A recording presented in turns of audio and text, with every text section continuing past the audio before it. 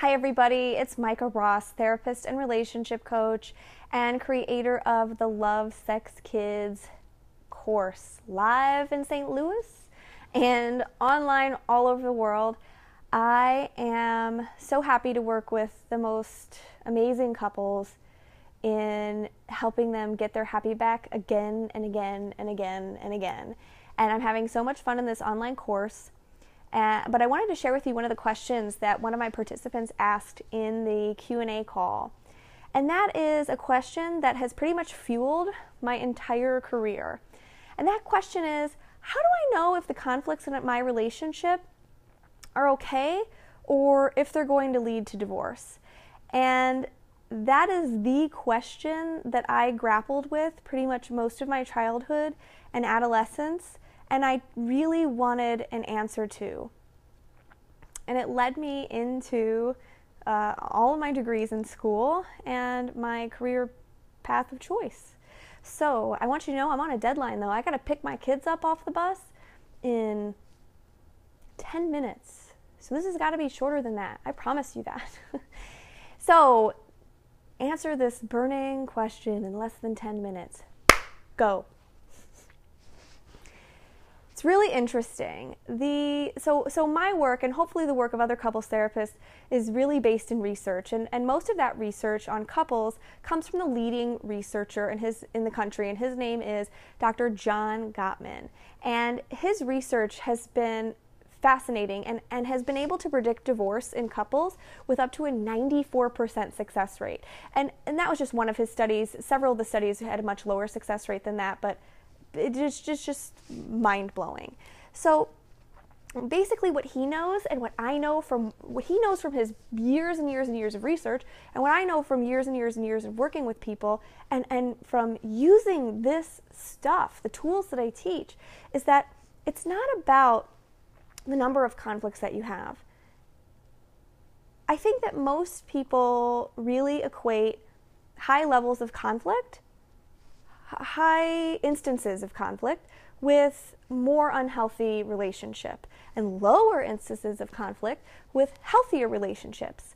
And that couldn't be further from the truth. Actually, when couples come in and they tell me we hardly fight or we don't fight at all, that's one of the biggest red flags for me, because that's when I know that either there's some real emotional disconnection or disengagement from one of the partners, and it could even mean that things have been so consistently bad over time, they've consistently felt bad over time, that one or the other person has even got to the point of feeling repulsed.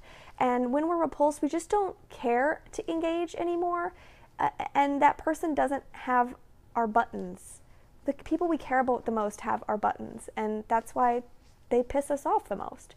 So it's not about how much you fight or how little you fight. It's about how you fight, how you get through conflict. And I teach all of this in my Love Sex Kids course. I teach you a ridiculous amount of ways to get through conflict. I give away 8 great communication skills, an emotional intent clarity tool, and all of this is what I have used to build up my confidence and my clarity around every uncomfortable interaction that I have with anyone. And so it's no longer about, for me, will my marriage succeed or fail, which happens to be almost the title of Dr. Gottman, one of Dr. Gottman's books. And it's no longer about that for me. I think that's sort of scary to think that there's something outside of me that could tear my marriage down, and it's unknown, and that freaked me out for many years. My parents were good people, but they got divorced a few times, each of them. And how do good people go through bad marriages?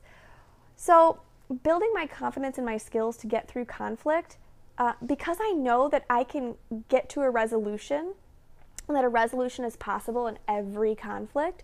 It just takes certain steps from me to get there. then conflict isn't so scary, and then marriage isn't so scary. And then having a conflict, or somebody calling you a name, or you calling somebody else a name, yeah, that's not the greatest thing to do in your marriage, but you know you're going to get through it. And it definitely doesn't feel as life or death as it used to at one time for me. So I want to talk about what Dr. Gottman calls the 4 horsemen of the apocalypse. And these are 4 really detrimental things that you can do in conflict. And they're actually some of the things that he and his researchers would look for to predict divorce. And these are going to be in order from least harmful to most harmful. So the first is criticizing versus complaining in your marriage. Criticizing is one of the 4 horsemen, is what he calls the 4 horsemen. And criticizing means that you are complaining very generally about something and often attacking the person's character. So complaining is more specific, and it's usually directly about a behavior that's not liked. So let me show you a little bit of an example. So a criticism would be something like, you never ask me how my day was. Where a complaint would be, I'm finding myself getting angry the more time that goes by that you don't ask me about my day. They seem very similar on the surface, but those broad, sweep criticisms can be very detrimental relationally and can really lead to escalation much quicker than a complaint. They elicit much more defensiveness in the listener than a complaint. So criticizing is the first of the 4 horsemen. The second is contempt.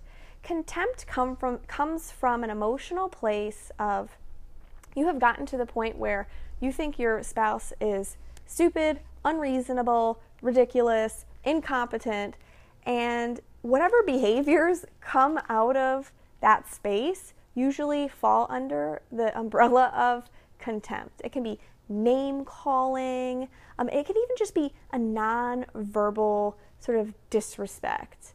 I used to do this noise in my relationship with my husband, and we've affectionately or unaffectionately named it the guffaw.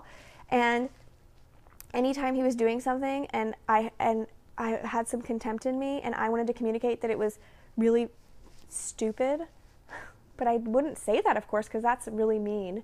I would just go, oh. It was really nasty. And my husband started calling me out on it. It was almost something that just would fly out of my face, and I didn't even mean for it to happen. So it's really taken me, it took me years. I couldn't tell you the last time my husband called me on it. I did it for years, and it probably took me a couple years to completely stop doing it. So criticism, contempt. The third one is defensiveness. And now when we get defensive, we often are perceiving that we're being attacked.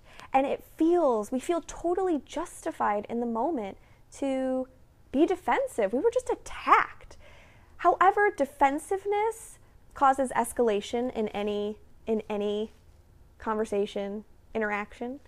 And it's really about sort of overriding that response to defend and getting to the heart of what's really, really bothering you. So what hurts about this and what you're afraid of. So defending often involves compiling your stack of evidence for why you're right, and really taking a second to, this is another strategy, taking a second to really take on the perspective of your partner and really try to hear what they're wanting you to hear, and figuring out what they want and need can help you not get defensive.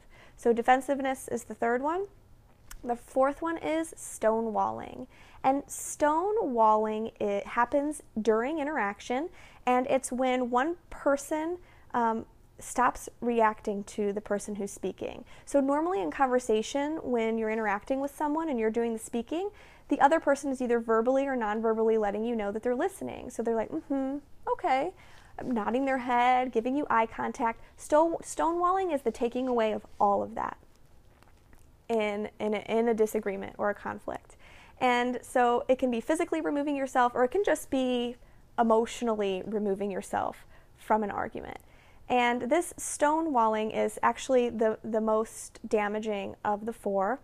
And this is because it can communicate disrespect. It can communicate that just judgment, that the person who is stonewalling thinks that the other person is stupid. We're taught in school that silence can be perceived as judgment. And that's definitely what happens here. So it can be perceived by the other person as an attack. So the interesting thing about this is that 85% of stonewallers are men. And that means that most women are dealing with the stonewalling. And so, and whether you're reacting defensively to that or not is your karma. But it's just a fascinating thing to me. Men tend to respond more physiologically to the stress of relational conflict than women do.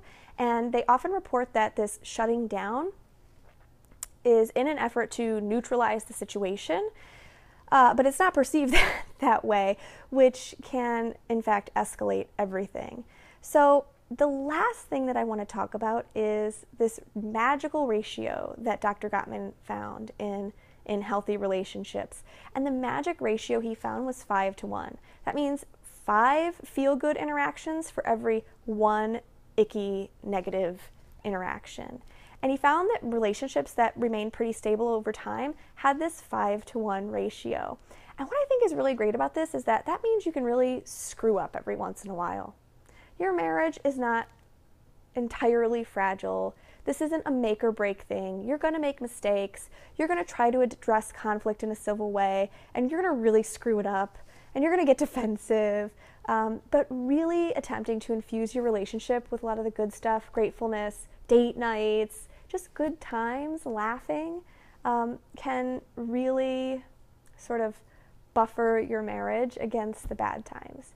So that is it. I have to go pick my kid up from the bus stop, and I hope this was so helpful for you. And for lots more information, you can look through my blog. It's called Get Your Happy Back on my website, www.mikaross.com. And for more information about the class, you can click on the store link there and find it all there. Thanks.